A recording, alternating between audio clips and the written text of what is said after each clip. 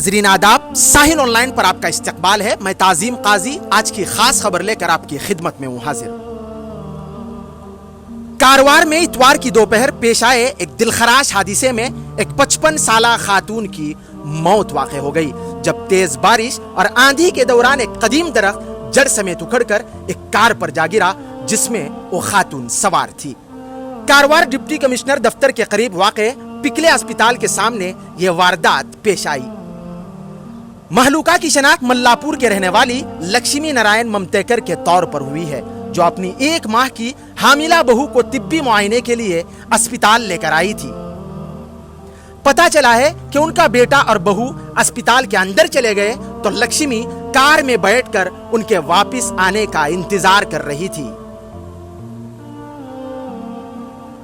दोपहर तकरीबन 1:45 बजे शदीद बारिश और तेज हवाओं के दौरान अस्पताल के सामने मौजूद तकरीबन 70 साल पुराना दरख्त अचानक जड़ से उखड़कर उनकी कार पर आ गिरा।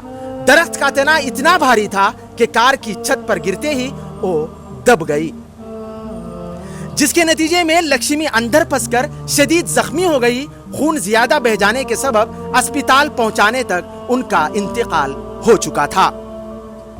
मकामी अफराद, फायर ब्रिगेड, इमरजेंसी अमला और ट्रैफिक पुलिस फौरन मौके पर पहुंचे और इमदादी कार्रवाई शुरू की। क्रेन और दीगर आलात की मदद से दरख्त को काट कर हटाया गया और गाड़ी में फंसी हुई खातून को बाहर भी निकाला गया। उन्हें फौरी तौर पर जिली सरकारी अस्पताल ले जाया गया, मगर वो जांबर न हो सकी। भारी दरख्त गिरने से तकरीबन 4 से 6 बिजली के खंभे और एक ट्रांसफार्मर भी मुनहदिम हो गए, जिससे इलाके में बिजली की सप्लाई भी मुतासिर हुई।